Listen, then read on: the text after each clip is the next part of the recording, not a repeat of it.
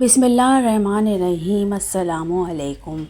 کرامات غوث اعظم، مردے کی چیخ و پکار۔ ایک بار بارگاہ غوثیت مآب میں حاضر ہو کر لوگوں نے عرض کی، عالی جاں قبرستان میں ایک قبر سے مردے کی چیخنے کی آوازیں آ رہی ہیں، حضور غوث پاک کچھ کرم فرما دیجئے کہ بیچارے کا عذاب دور ہو جائے۔ آپ رحمۃ اللہ علیہ نے ارشاد فرمایا، کیا اس نے مجھ سے خرقہ خلافت پہنا ہے؟ لوگوں نے عرض کی، ہمیں معلوم نہیں۔ فرمایا، کیا کبھی وہ میری مجلس میں حاضر ہوا؟ لوگوں نے لا علمی کا اظہار کیا۔ فرمایا، کیا اس نے کبھی میرا کھانا کھایا؟ لوگوں نے پھر لا علمی کا اظہار کیا۔ آپ رحمۃ اللہ علیہ نے پوچھا، کیا اس نے کبھی میرے پیچھے نماز ادا کی؟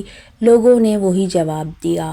آپ رحمۃ اللہ علیہ نے ذرا سا سر اقدس جھکایا تو آپ رحمۃ اللہ علیہ پر جلال و وقار کے آثار ظاہر ہوئے۔ کچھ دیر کے بعد فرمایا، مجھے ابھی فرشتوں نے بتایا اس نے آپ کی زیارت کی ہے اور آپ سے اسے عقیدت بھی تھی، لہٰذا اللہ تبارک و تعالیٰ نے اس پر رحم کیا۔ الحمدللہ عز و جل، اس کی قبر سے آواز آنی بند ہو گئی۔ سبحان اللہ۔ عظیم الشان کرامت۔ ابو مظفر حسن نامی ایک تاجر نے حضرت سیدنا شیخ عماد رحمۃ اللہ علیہ کی بارگاہ میں حاضر ہو کر عرض کی، حضور میں تجارت کے لیے کافرے کے ہمراہ ملک شام جا رہا ہوں، آپ سے دعا کی درخواست ہے۔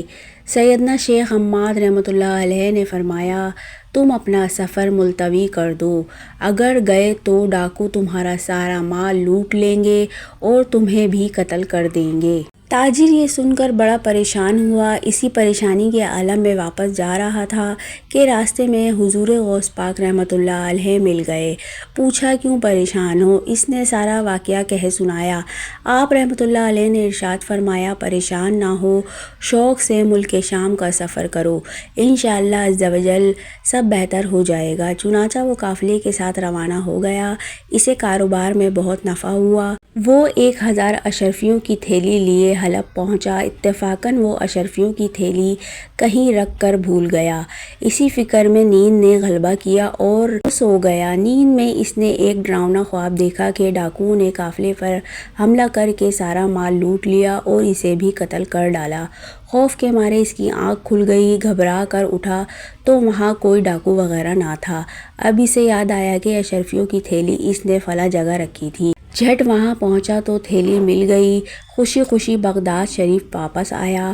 اب سوچنے لگا کہ پہلے غوث اعظم رحمۃ اللہ علیہ سے ملوں یا شیخ عماد رحمۃ اللہ علیہ سے۔ اتفاقاً راستے میں ہی سیدنا شیخ عماد رحمۃ اللہ علیہ مل گئے اور دیکھتے ہی فرمانے لگے، پہلے جا کر غوث اعظم رحمۃ اللہ علیہ سے ملو کہ وہ محبوب ربانی ہیں، انہوں نے تمہارے حق میں 70 بار دعا مانگی تھی، تب کہیں جا کر تمہاری تقدیر بدلی جس کی میں نے خبر دی تھی۔ اللہ عز و جل نے تمہارے ساتھ ہونے والے واقعے کو غوث اعظم رحمۃ اللہ علیہ کی دعا کی برکت سے بیداری سے خواب میں منتقل کر دیا۔ چنانچہ وہ بارگاہ غوثیت مآب میں حاضر ہوا۔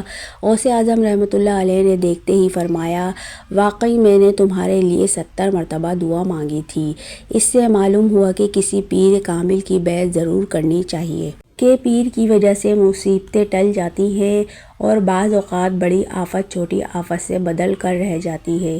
پیروں کے پیر، دستگیر، روشن ضمیر، قطب ربانی، محبوب سبحانی، پیر لاسانی، قندیل نورانی، شہباز لامکانی، شیخ عبد القادر جیلانی کا فرمان بشارت نشان ہے۔ مجھے ایک بہت بڑا رجسٹر دیا گیا جس میں میرے مصائب اور میرے قیامت تک کے ہونے والے مریدوں کے نام درج تھے اور کہا گیا کہ یہ سارے افراد تمہارے حوالے کر دیے گئے ہیں۔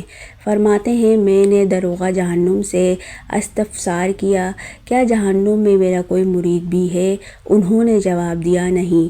آپ رحمۃ اللہ علیہ نے مزید فرمایا، مجھے اپنے پروردگار کی عزت و جلال کی قسم، میرا دست حمایت میرے مرید پر اس طرح ہے جس طرح آسمان زمین پر سایہ کناں ہے۔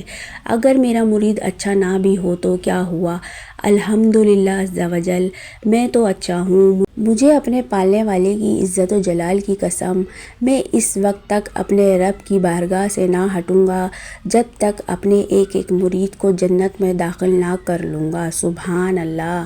Subscribe my channel and hit the bell icon, like کریں، شیئر کریں پلیز۔